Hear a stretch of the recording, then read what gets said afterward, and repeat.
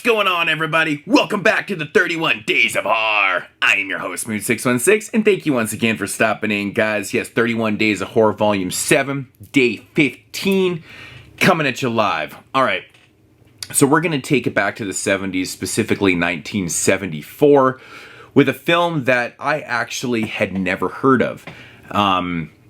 But it was the one film in this box set that really did intrigue the shit out of me. Mostly because of who was starring in it. And the premise seemed very odd to me. And so I was like, I really got to check this movie out. From 1974, it's called Identikit, aka The Driver's Seat, I believe is also the title of the movie, which that title does make a little bit of sense. Now, this movie Identikit is actually from the Severin box set called House of Psychotic Women. Now, there was a book published back in 2012 by Kirla Jesny from the same title. And these are films that she talked about. Some of the films that she talked about in her book of House of Psychotic Women, of course, is dealing with psychotic type women and stuff like that. The other films in the box set are like Bats, Footprints on the Moon, and The Other Side of the Underneath, which are films I've heard of before. I've never heard of this movie. I don't know why this one kind of slipped through the cracks and stuff, but it is the one that was very, very intriguing to me. Of course, starring Elizabeth Taylor. Now, Elizabeth Taylor didn't do a lot of films like this, but when she did do darker films, her performance was generally really good. So, getting into the premise of this one. Basically, Elizabeth Taylor plays a character named Liz. Now, she's a middle-aged woman, and she's basically kind of losing her... She's going a little bit crazy. She's kind of losing a little bit. She's very unstable.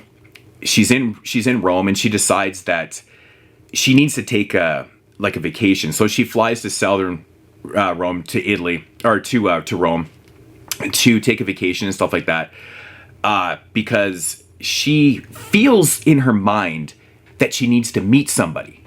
But the thing is, she doesn't know who she's needing to meet. So she's going there with this idea that there's somebody waiting there for her, but she has no idea who it is. Now, her character, she's a very hostile character. She's very unhinged. She's very paranoid. She also thinks that everyone's scared of her and things like that. So mixed with all these type of character traits and stuff like that, it makes for a very intriguing ride within her character and in her journeys into Rome and stuff like that. So that is the premise of the film. She's basically looking for somebody, but she doesn't know who she's looking for. So my thoughts on the movie. God damn, man, this is an insanely great movie. It's a really good, you could almost classify it as like a neo-noir in a sense. It's a mindfuck in the sense of a character study of somebody that's totally unhinged with reality. It's like this batshit insane narrative that you could never fully believe that someone would actually try to accomplish. That's how batshit it is. So basically her character, the story here is told in a linear but non-linear style type narrative. What I mean by that, her story is told linear, but it does flash back.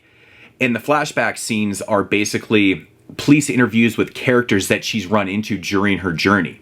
So all of a sudden, something will be happening in the film, then it'll cut back to a character that she's had an interaction with. To police will be questioning her, did you know, blah, blah, blah. And you're starting to kind of figure out the pieces. Obviously something has happened to her character, but you have no idea what has happened to her and why it's happened to her and stuff like that. So she'll continue on, she'll meet some characters, she'll have weird interactions and weird things will happen and stuff like that, and then the police will be interviewing that person. So it's told in that kind of linear but non-linear type structure.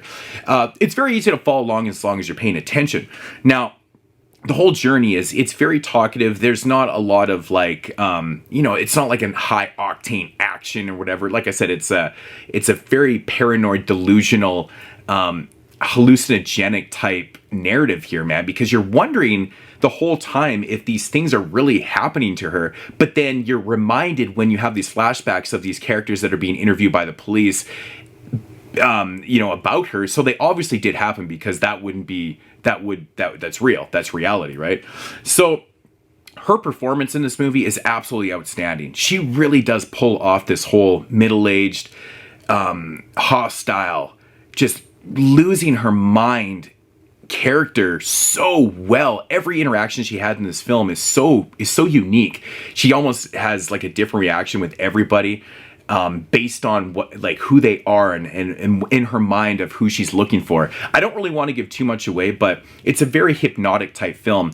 It's very talkative. It runs just over about 100 minutes. I felt like it didn't run overly too long. I felt like a lot of the interaction stuff were so interesting in this film, and a lot of the predicament, or a lot of the scenarios and shit that she was put into and stuff, were very interesting. Now, when it comes to the ending, I've got to say that it's definitely a little bit jaw-dropping, because you're kind of wondering why someone would do all of this just to accomplish what she was trying to accomplish. The cool thing about the film is that there's all these little like Easter eggs and anecdotes throughout the film that kind of put the pieces of the puzzle together of her whole journey.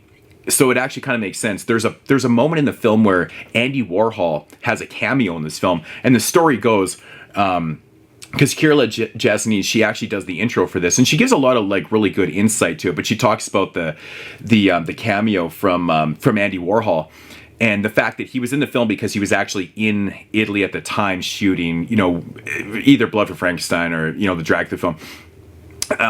And so he got on set and he has a cameo. But it's funny, she describes this character as being a throwaway character, but his character may be throwaway, but the scene is totally relevant to the movie. And I think it's something that somebody might overlook completely. It's basically a scene where she's running through this airport after, police authority or airport authority has like a shootout with somebody. There's this crazy shit that happens in this airport and stuff.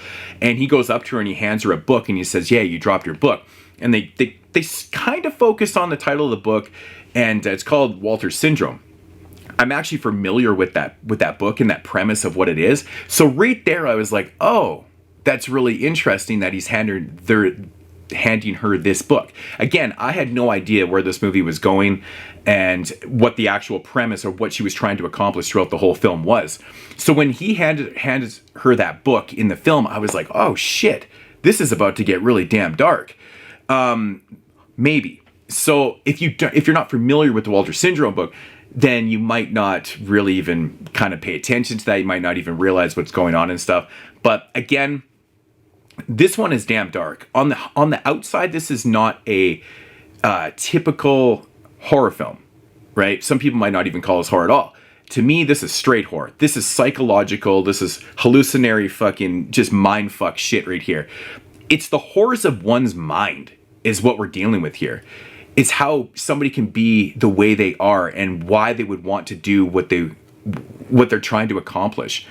I mean, it's so not sensible to the sane mind to accomplish something like this, or to go through with setting this up. It takes so much like power and so much like almost craziness to do what she did in this film, that you can't help but think that this is fucking horrific as hell. But the end of the movie's damn dark. It's really fucking dark.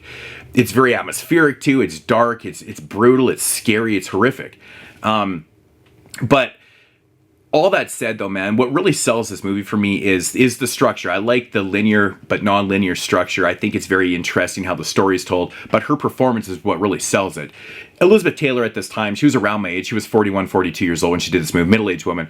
Beautiful still. Elizabeth Taylor was always beautiful in my opinion, but she was cast perfectly in this, man. The rumor has it is that she actually showed up on the set to this film the day after she signed her divorce papers from Richard Burton. So I think that might have played a part in how she plays this character, like kind of misguided and unhinged from reality and very hostile, and all the character traits that make up her character in the film, I think were things that she was actually going through in life. So that's why the performance is so genuine here. It's absolutely ridiculously good. Like, this is the best I've ever seen Elizabeth Taylor before, and I wish she had done more stuff like this because she pulls this off ingeniously. Again, she looks very beautiful, and I love not only the casting, but the wardrobes in this film, because they talk about her wardrobe and like how flashy and how outrageous and odd it even was for the 70s, like her, and like that really does play into the narrative, and it plays into the psyche of her and stuff like that. There's a lot of really cool things. I think this is one of those movies that you could probably watch a few times and probably pick out things each time you watch it and stuff. I know even the writer, Kira Janice, she even said the first time she watched it, she didn't really put all the pieces together. But watching her intro, it made me really buckle down and pay attention to everything I was watching in the film, and I was making sure I was catching everything. So I did fully understand the film, and I even caught that, the Walter syndrome, and I caught things like that, which she does not mention, but I actually knew what the book was, oddly enough, which was actually, that book was only put out a couple years before this movie was even in production. So it's kind of interesting that it's related to that. But all in all, a total mindfuck. It's like, it's one of those weird films that gets you thinking. It's kind of like Awake in Fright. Totally different type premise, but it's one of those movies that like plays with your mind, and it's got just a totally different type of narrative, psychologically, and it's so effective in what it does that you can't help but think about this. I can't stop thinking about this movie. I just want to give everything away, but I don't want to ruin the movie because I want people to check this out. It's a really, really fantastic movie. I'm so happy that Severin basically revived this from pure obscurity. Like, it hasn't been seen forever. I know even the author here, she said that it took her decades to even see the film, and you can't see it in any better form because the transfer on this movie is fantastic. It looks great. I just can't say enough about even the backdrop of Italy, what they're going through at the time. It was like there was bombs everywhere and all this hectic craziness, and it totally adds to the mystique of her character too. And it's just really damn good. Really fucking good film. Identikit, I'm coming in at a 10 out of 10 on this. This is like a perfect film for me. I think it's just beyond its means. I think there's so much more to talk about. This is one of those great, like, kind of college type films where you could really dive into it, get into the whole psychology of it and stuff like that, and really bring out a lot of things. Crazy, bizarre, awesome film starring the beautiful Elizabeth Taylor. There's actually a scene like right in the beginning of the film where she's changing. You can like totally see her nipples through her bra. It just shocked me that she was doing that in the film.